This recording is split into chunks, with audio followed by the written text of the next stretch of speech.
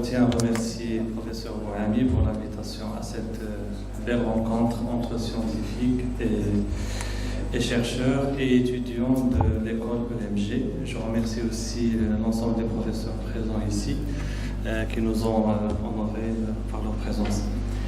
Très bien, donc aujourd'hui, je vais parler de la TPM, Total Predictive Maintenance, et Maintenance 4.0. Donc, je vais rebondir sur ce qui a été déjà dit par chers collègues sur l'industrie 4.0, mais je vais un peu rentrer dans le détail côté maintenance, okay, pour enrichir la discussion.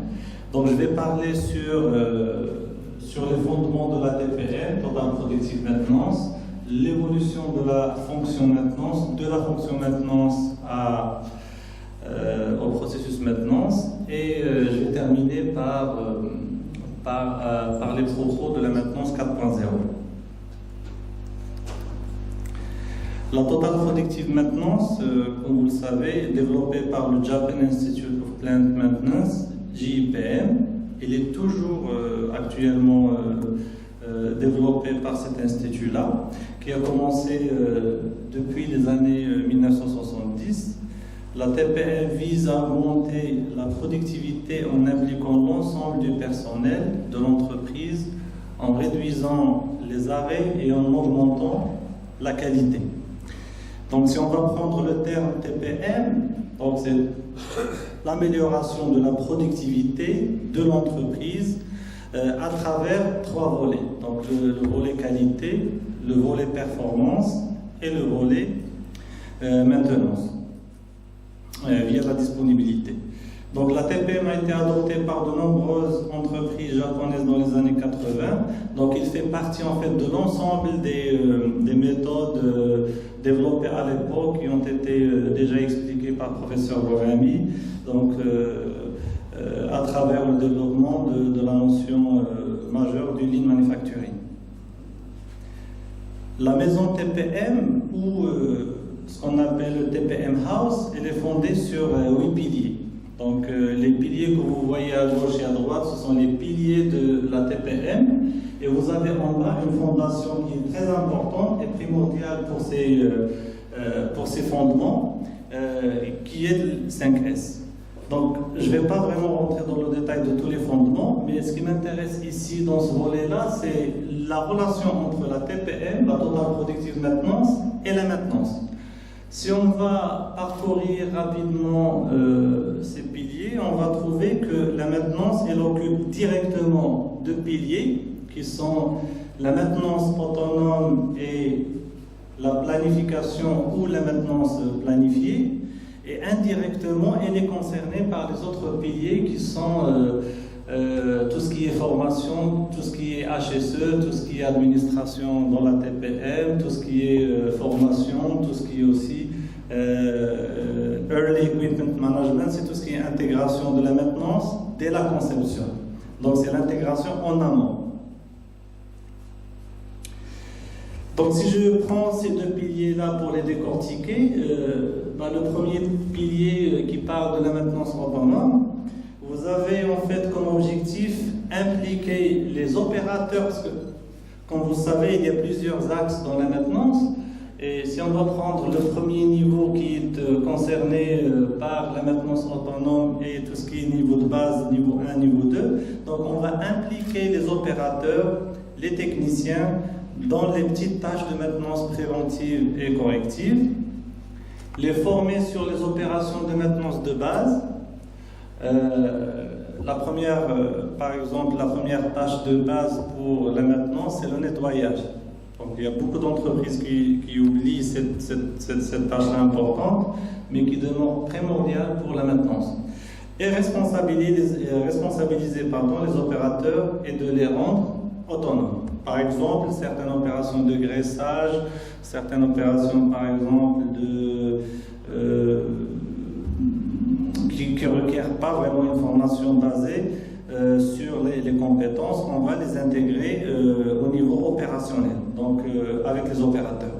Donc la finalité pour ça, c'est libérer les techniciens. Quand on va dire libérer les techniciens, c'est niveau 2, à partir de niveau 2, 3, 4, pour faire les tâches qui sont plus complexes et qui sont plus techniques. Par exemple, les techniciens mécaniciens ils vont se focaliser sur tout ce qui est mécanique, les électriciens pareil, automaticiens, etc. La finalité aussi, c'est contribuer à améliorer la qualité, la productivité et la sécurité au travail. Donc, pour ne pas oublier en fait l'objectif ultime de la TPM, il se trouve au milieu, c'est productive. Productive, c'est d'améliorer la productivité. Et la productivité, c'est pas la production. La productivité, c'est pas la qualité. La productivité, c'est pas la maintenance. La productivité, c'est l'ensemble des trois. C'est pour ça qu'on trouve par exemple dans l'indicateur très connu dans la TPM qui s'appelle le TRS. Le TRS, c'est le taux qualité fois le taux de performance fois le taux de disponibilité. Donc c'est l'ensemble des trois volets.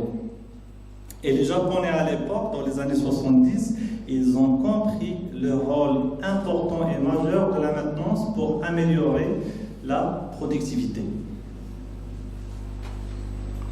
Le deuxième pilier, il concerne la mise en place d'un programme de maintenance préventive.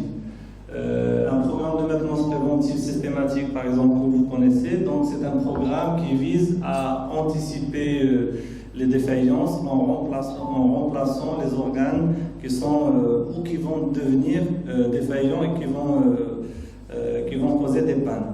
Et anticiper les pannes en améliorant la fiabilité. Donc la finalité pour ça, c'est améliorer la productivité à travers la disponibilité.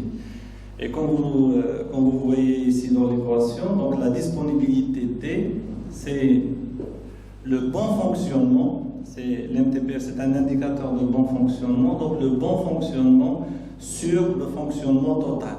Par exemple, sur une équipe de 8 heures, si la machine il fonctionne en bon état pendant, par exemple, 4 heures, 4 sur 8, total c'est 8, donc 4 sur 8, donc nous avons une disponibilité de 50%. Donc, la finalité ici, c'est d'améliorer les 50% en visant, par exemple, 80% ou 100%, à travers l'élimination de tout ce qui est panne.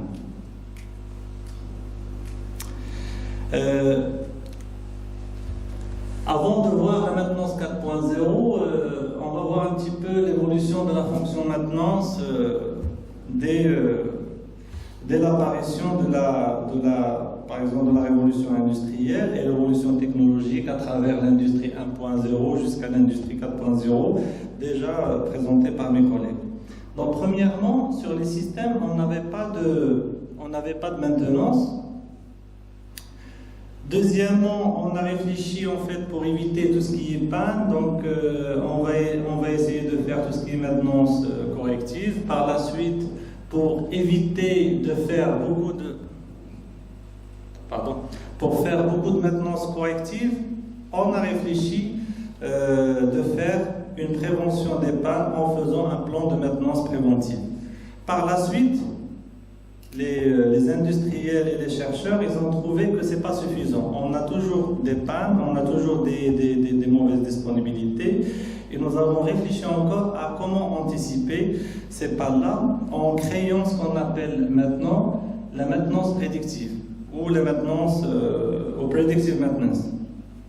Par la suite, on a trouvé que vraiment c'est pas vraiment suffisant de faire la maintenance prédictive parce que des fois la science des prédictions reste un peu limitée par rapport à la découverte de certaines pannes un peu compliquées. Nous avons créé ce qu'on appelle actuellement la proactive maintenance. Donc c'est une maintenance qui est proactive et qui peut être anticipative par rapport à la maintenance prédictive.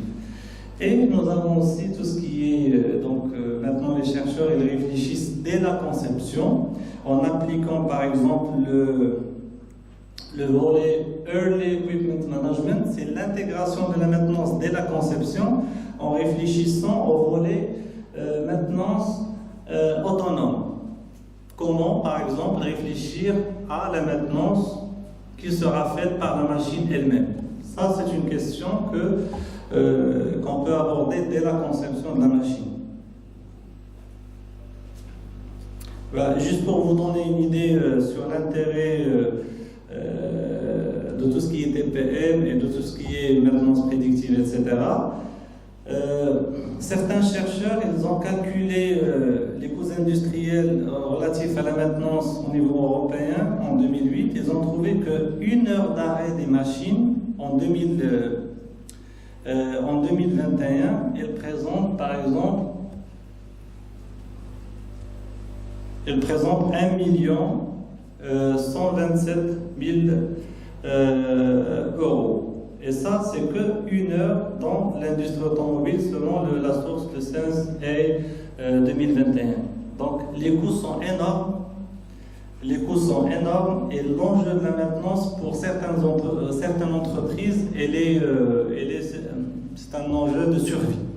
Ben, je vous donne un exemple. J'ai travaillé à l'époque dans la cimenterie de Temara et les coûts maintenance, ils représentaient 40% des dépenses de la maintenance. Donc, sur un sac de ciment, vous avez 40% pour la maintenance des coûts, 40% pour l'énergie et 20% pour... donc, il est partagé entre les bénéfices et d'autres frais. Donc, la maintenance, par exemple, pour certains secteurs, c'est un volet de survie, de vie ou de mort pour l'entreprise. Si on va voir, avant d'examiner la maintenance 4.0, si on va voir la maintenance d'un œil classique, on va trouver que la maintenance, elle est partagée en deux. Donc, soit du côté processus préventif qui contient tout ce qui est systématique, conditionnel. Le systématique, c'est plus suivant un échéancier donné. Donc, je remplace le roulement tous les X 1000 tours. Je remplace par exemple la courroie, etc. Avant qu'il tombe en panne, soit du côté conditionnel, donc je surveille tout ce qui est conditions physiques, par exemple une température élevée, des vibrations élevées, etc. Et quand j'atteins des seuils alarmants, qu'est-ce que je fais? Je fais le remplacement. Je fais d'abord l'inspection, le contrôle, et par la suite, si j'atteins les seuils, je fais le remplacement. Sinon, si j'ai une panne, je n'ai pas beaucoup de choix. Donc, je vais faire soit du palliatif et du curatif. Le palliatif, c'est provisoire parce que c'est du dépannage. Je n'ai pas la pièce bonne pour la remplacer. Qu'est-ce que je vais faire? Est-ce que je vais laisser la production à l'arrêt? Non. Donc, je vais faire du dépannage avec une pièce usée ou une pièce déjà existante mais qui ne replaît pas à 100% la fonction. Sinon, je vais faire du curatif. Du curatif, c'est une maintenance corrective définitive qui va être faite en bonne et due forme pour remédier au problème et faire la réparation à 100%. Ça, c'est la vue classique. Si on veut vraiment parler de l'évolution de la maintenance, nous avons jusqu'à maintenant, en fait, les industriels, ils différencient la maintenance en 5 niveaux de maturité. Pourquoi je ne les ai pas appelés ici ce processus ou fonction de la maintenance, mais plutôt une maturité de la maintenance? Parce que vous pouvez trouver actuellement en 2023 des industriels qui sont performants, entre parenthèses, mais qui produisent bien, qui ont des bénéfices, mais malheureusement, ils sont dans le niveau 2, maturité. Ça signifie quoi? Si vous allez voir ici l'escalier de la maturité, l'entreprise, il fait du palliatif, il fait du curatif, il fait du systématique, mais c'est tout. Est-ce qu'on va dire bon ou pas bon? Ça dépend. Ça dépend de plusieurs paramètres, il faut aller en détail. Sinon, vous pouvez trouver d'autres entreprises qui ont par exemple le niveau 3. Donc, ils ont le niveau 1 et le niveau 2 bien instauré. Ils font aussi la maintenance conditionnelle. C'est ce que j'ai expliqué tout à l'heure. Ils vont suivre sur certains équipements des conditions physiques. Et quand j'atteins des vibrations élevées, j'atteins des températures élevées, j'atteins par exemple une viscosité de l'huile élevée, je vais changer ces composants. Ça, c'est du conditionnel. Et vous pouvez trouver d'autres entreprises qui ont les 4 niveaux les 4 premiers niveaux qui concernent les 3 premiers niveaux palliatifs, curatifs, systématiques, conditionnels, mais ils font aussi la maintenance prédictive. C'est ce qu'on a appelé ici la maintenance prévisionnelle. La maintenance prévisionnelle, il consiste en faire en fait des mesures périodiques, donc de préférence à l'aide des capteurs intelligents. Donc nous constituons un historique et on va essayer à partir de cet historique-là de faire des estimations de dégradation. On va dire par exemple que suivant les paramètres, suivant l'historique que nous avons sur cette machine, sur cet élément tournant par exemple, il va falloir faire le remplacement avant que la machine tombe en panne. Et on va faire le changement à une date prévisionnelle, par exemple la semaine prochaine, la semaine d'après, etc.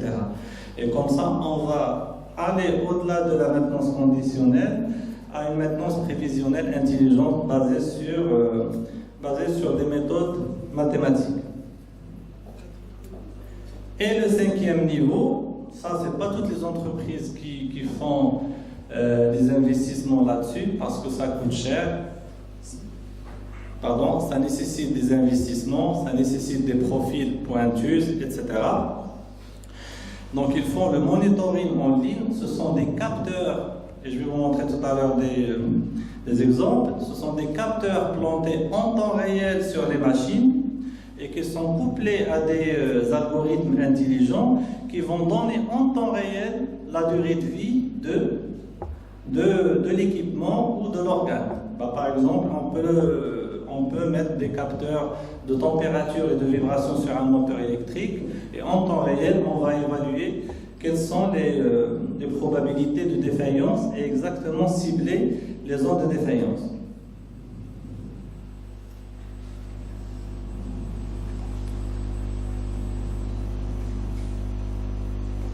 Donc je vais vous présenter l'exemple de niveau 4 de maturité.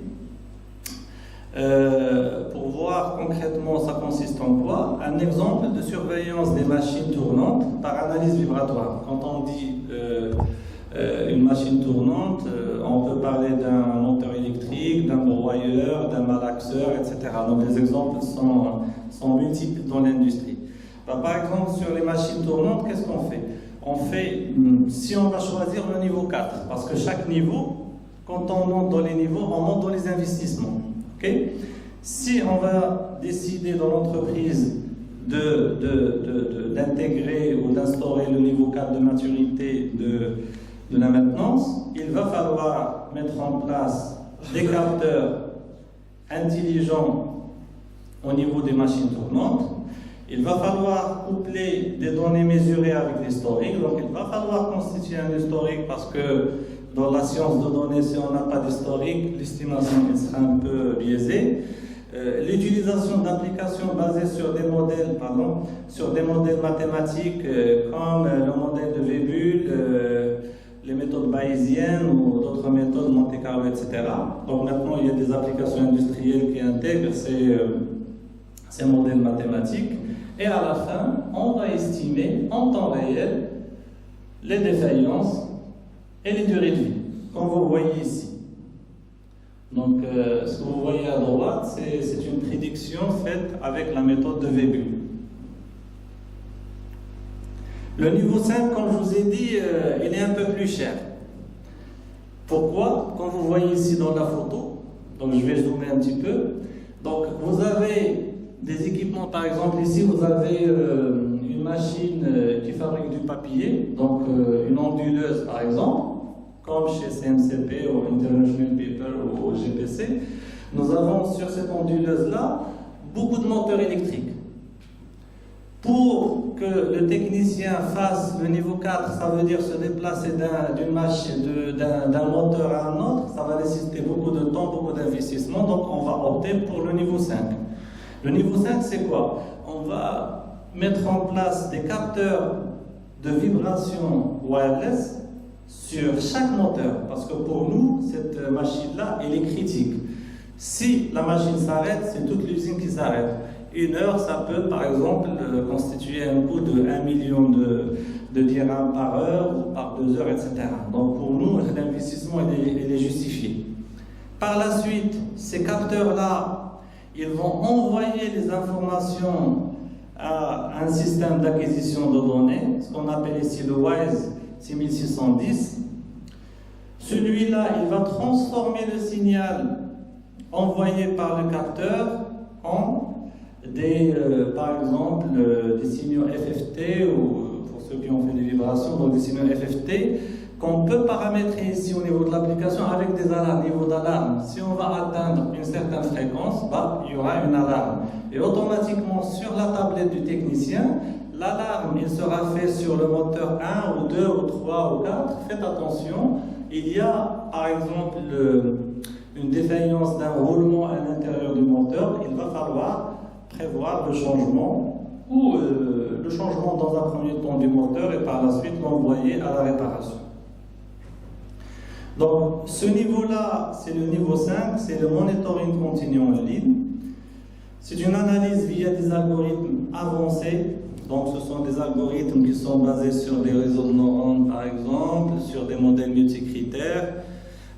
C'est une prédiction des possibilités de défaillance et il va falloir par la suite faire des réunions pour prendre des décisions. Parce que c'est pas évident des fois de prendre des décisions et arrêter la machine d'une manière préventive.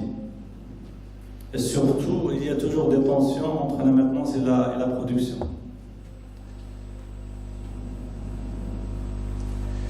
Maintenant, on va parler du volet maintenance 4.0. Ce que je vous ai présenté, c'est l'état de l'art industriel. Maintenant, on va voir un petit peu côté recherche, qu'est-ce qu'on fait exactement. Par exemple, au niveau de l'ENSAM, nous sommes une équipe polyvalente entre industriels et informaticiens, parce que maintenant, quand on va parler de 4.0, on ne doit plus parler de discipline, on doit parler de multidisciplinaire. Ce sont beaucoup de disciplines, des informaticiens, des industriels, des mécaniciens, des thermiciens, etc., qui doivent collaborer pour produire des modèles fiables. Par exemple, on fait une recherche bibliographique pour trouver le meilleur compromis sur la maintenance 4.0, parce que la maintenance 4.0, c'est vague. Ça va de l'optimisation via les algorithmes jusqu'au capteur intelligent, jusqu'au l'intelligence artificielle, etc., l'IoT, etc. Donc il y a beaucoup de choses, donc il va falloir cibler le domaine de recherche, modéliser le processus maintenance avec des approches mathématiques adéquates. Quand on va analyser un petit peu les algorithmes existants actuellement dans l'intelligence artificielle, on va trouver qu'il y en a beaucoup. Mais quel est le plus performant et le plus adapté à la maintenance? Ça, c'est une question importante. Je vais vous donner un exemple de ce qu'on fait actuellement. Donc, nous essayons avec des petites machines au niveau du laboratoire, avec des capteurs de vibration et des capteurs de température. On essaie de collecter les données, transférer les données via le collecteur de données au cloud, consolider ces données avec, bien sûr, des méthodes dédiées. On essaie de visualiser et d'analyser les données avec des algorithmes adaptés. Principalement, actuellement, on travaille avec les réseaux de neurones, avec la méthode ANN. On essaie de détecter les dérives. On programme, par exemple, sur la vibration, nous avons la norme 10816 qui parle un petit peu de tout ce qui est alarme et ceux de danger des machines tournantes. On essaie de programmer ces seuils-là au niveau du logiciel. Par la suite, on fait de la prédiction. Une chose innovante qu'on essaie d'intégrer, c'est comment, donc il y a un chercheur qui travaille sur ça, avec nous, un doctorant, on va essayer d'intégrer toutes ces données-là en temps réel dans un outil de GMAO. Et ça va être quelque chose d'innovant.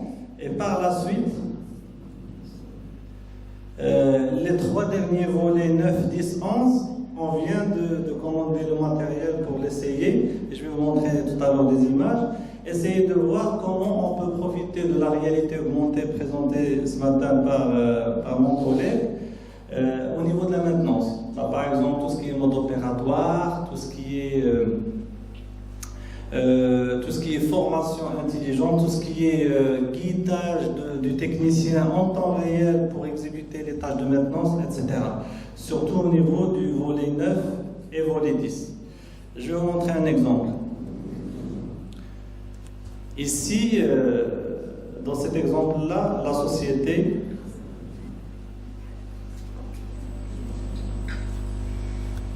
il va essayer en fait, le technicien va essayer d'utiliser la réalité augmentée pour faire l'opération de maintenance.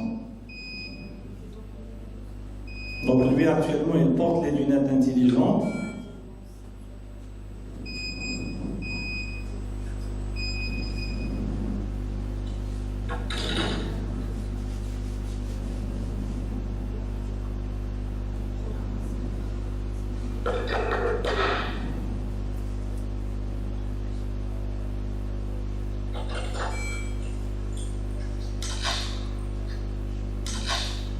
Donc, on le guide dans toutes les opérations qu'il doit faire sans connaître par cœur le mode opératoire.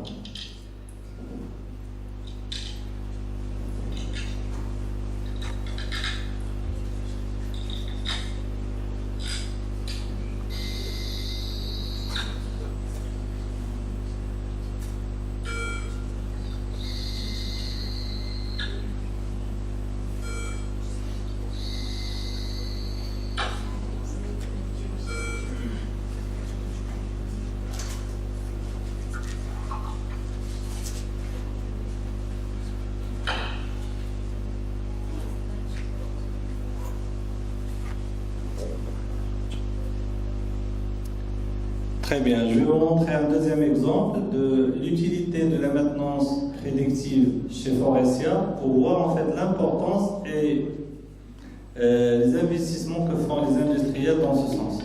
Le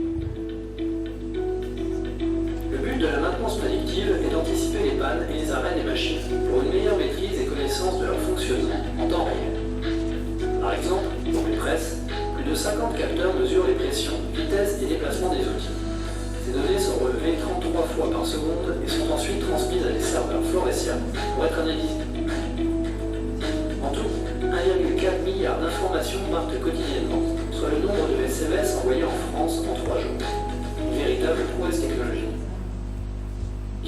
En cas de dérive, une alerte est immédiatement reçue par le technicien de maintenance. Il peut alors intervenir rapidement, analyser la situation et traiter le problème avant que cela ne bloque la machine. Avec ce système, nous pouvons aussi visualiser en temps réel sur ordinateur, tablette ou smartphone le fonctionnement des machines constamment connectées. Cela permet de faire un diagnostic plus rapidement, tout en accélérant et facilitant l'intervention.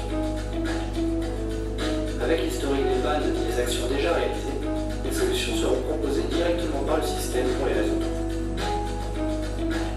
Les formations en salle et sur le terrain pour les techniciens de maintenance permettront de s'approprier et de maîtriser ces outils. Le digital permet donc de faciliter la collecte, la mise en commun et l'analyse des données pour agir plus vite en étant mieux informé de manière scientifique. Très bien, donc pour terminer, je vais vous citer quelques avantages par rapport à la maintenance 4.0. Donc les bénéfices, par exemple, pour Schlumberger, c'est un opérateur pétrolier très bien connu. En 2016, il a réalisé un programme de maintenance prédictive. Donc il a investi, quand on dit prédictif dans ce sens-là, donc j'imagine qu'ils ont investi dans tous les sites pétroliers, donc sur des capteurs intelligents et sur des modèles de prédiction. Donc ils ont gagné, ou ils ont économisé 8 millions de dollars en moins d'un an. Donc je pense que l'investissement il est bien justifié et je ne pense pas qu'ils vont dépasser 1 million ou 2 millions de dollars d'investissement. Donc le bénéfice il est énorme. Et deuxièmement, donc, selon McKinsey en 2021, avec la maintenance prédictive, les coûts de maintenance sont réduits de 10 à 40% et le nombre de pannes de 50%.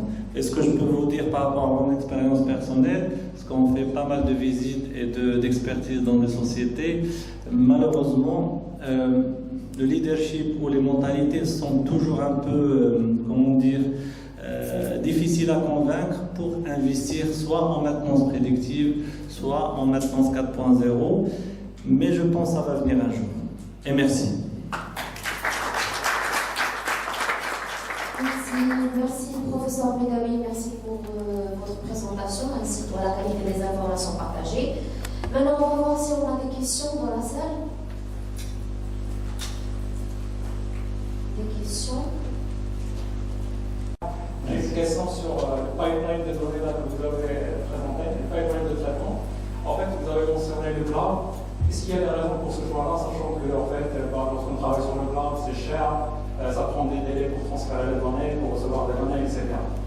Très bien, donc c'est une bonne question. 2021, 2021, 2022, donc il y avait certains étudiants avec nous qui ont travaillé sur la maintenance prédictive avec Managem, le groupe Managem. Et pourquoi Managem, ils ont choisi le cloud? Ils ont choisi le cloud parce qu'ils ont beaucoup de sites, premièrement. Et les sites, ils sont éparpillés un petit peu dans plusieurs régions. Deuxièmement, pour centraliser l'information. Et troisièmement, pour permettre, par exemple, au siège, aux ingénieurs du siège, de bien profiter de ces données-là et faire l'exploitation. C'est vrai, c'est un peu long, des fois, mais si on va investir dans ces solutions-là, les bénéfices sont plus que... D'accord, donc en gros, c'est pour centraliser l'information et que pour centraliser l'information. Surtout pour la l'approche multisite. Une deuxième question, s'il vous plaît. En fait, c'est quoi l'étape la plus challenging? C'est quoi l'étape, en fait, pour les entreprises, c'est quoi l'étape qui la plus complexe et qui prend beaucoup de temps et puis en fait, là où il faut faire des moyens pour bien l'atteindre? Très bien, merci. Donc, il n'y a pas une réponse par rapport à cette question. Je peux vous dire, moi j'ai des expériences par rapport à ça. Sur une expérience de plasturgie, on a constaté que l'étape 1, c'est l'étape la plus difficile. Parce qu'ils ont des problèmes de collecte de données, les données ne sont pas fiables, donc on a essayé de travailler un peu sur la fiabilité des données. Ça c'est un challenge pour cette société, c'est un opérateur marocain de plasturgie. Par exemple, si on va parler côté recherche, pour nous, on n'avait pas de problème de collection de données, mais on a trouvé un problème au niveau de l'étape 7. Quel est le modèle le plus adéquat pour faire la prédiction? Alors, par exemple, est-ce que c'est le réseau de neurones? Est-ce que c'est peut-être c'est le Forest Random? Donc il y a beaucoup de méthodes et franchement, on a comparé, donc on a choisi 3 méthodes et on a comparé un petit peu l'indicateur d'accuracy et on a trouvé qu'il n'y a pas grande différence entre 97%, 99%, 95%, entre les méthodes qui sont très bien connues dans la prédiction. Okay, merci beaucoup, c'est très intéressant. Merci pour toutes les informations que vous avez présentées. Alors, ma question, c'est, vous avez évoqué tout à l'heure que ça coûte cher, alors ça décourage surtout les petites et moyennes entreprises. Alors, est-ce qu'il y a des conceptions modulaires graduelles pour adopter cette maintenance 4.0? Et est-ce qu'on peut penser dans l'avenir qu'au niveau conception, au niveau des constructeurs des machines, là, ils vont livrer la machine avec le kit des capteurs, le logiciel, la formation, etc. Merci beaucoup, professeur. Par rapport à ce qu'on pense. Personnellement, donc j'étais appelé à faire un diagnostic maintenant dans une société et ce que j'ai constaté, c'est que cette société-là qui veut grimper au niveau 5, elle n'a même pas le niveau 3 qui est en place. Vous voyez un petit peu? Et du coup, en fait, la société, il voulait instaurer un monitoring en ligne pour ses équipements, mais il n'a pas le niveau. Déjà, leurs techniciens, ils ne font pas de maintenance conditionnelle. Donc, ils ne savent pas, par exemple, mesurer la vibration, la température, etc. Donc, ce qu'on a proposé, c'est qu'il va falloir accomplir, parce que c'est un escalier, on ne peut pas sauter. Ce qu'on va, en fait, ce qu'on a proposé, c'est de faire d'abord la maintenance conditionnelle. Il va falloir l'instaurer, attendre quelques mois pour qu'il soit rodé. Faire, après, si on veut accélérer la maintenance ou le niveau 4, il n'y a pas de problème. On peut l'accélérer vers le niveau 5 parce que c'est un choix entre le niveau 4 et le niveau 5, c'est soit on va faire l'investissement en ligne, soit le faire par capteur, étape par étape. Et du coup, pour cette société, qu'est-ce qu'on a proposé? Sur la fiabilité, donc c'est une approche où on va cibler les équipements critiques. Par exemple, sur toute l'usine, ce que vous voyez ici à droite, sur toute l'usine, on va cibler par exemple les équipements qui sont critiques ou un seul équipement qui est critique. Sur cet équipement, on va investir dans le degré de maturité niveau 5. Si ça marche, on peut l'étendre sur les autres lignes. Mais c'est pas évident déjà de convaincre les industriels d'investir dans la maturité niveau 5, premièrement, et deuxièmement, même s'ils veulent investir dans l'achat de matériel, ce n'est pas suffisant. Il va falloir recruter du personnel qui va pouvoir utiliser ce matériel. Merci. Pour cet exposé qui était très riche en informations.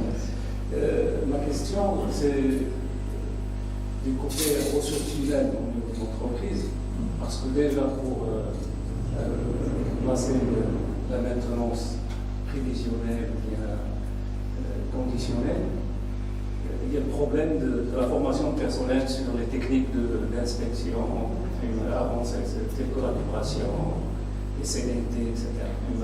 Alors si on ajoute le côté algorithme de prédiction, de data science, etc., donc ça serait encore très difficile de trouver des compétences de succès. Est-ce que vous pensez?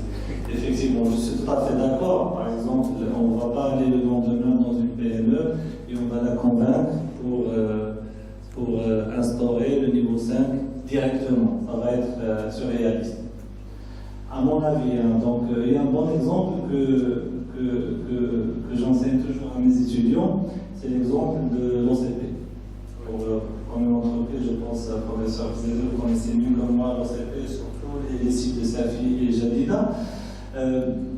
À travers, je pense, depuis les années 2000, ils ont commencé à instaurer, je pense, le niveau 3. Donc ils ont mis beaucoup de temps à mettre le conditionnel, et maintenant pour eux, le conditionnel, c'est quelque chose de naturel. Qu'est-ce qu'ils ont fait? Ils ont commencé par le recrutement. Donc ils ont recruté du personnel un peu polyvalent, pas un ingénieur maintenance tout seul, pas un ingénieur informaticien tout seul, mais une équipe. Ils ont créé des équipes qui vont collaborer ensemble. Par la suite, ils ont investi dans le monitoring en ligne. Mais quand ils ont investi, les équipes ils sont déjà en place. Donc ils ont déboursé beaucoup, et moi vraiment je les salue parce que je connais certains responsables là-bas, ils ont déboursé beaucoup d'argent, non pas dans le matériel, mais dans la formation. Ouais. Jusqu'à créer le centre de formation à Jadida et à Safi pour... Oui, je confirme. D'ailleurs, ils ont créé carrément une société à part. OCP Maintenance Solutions. Voilà. Qui est spécialisée dans ce domaine. Dans ce domaine. Et ils vont mettre des services à d'autres. Voilà. Exactement.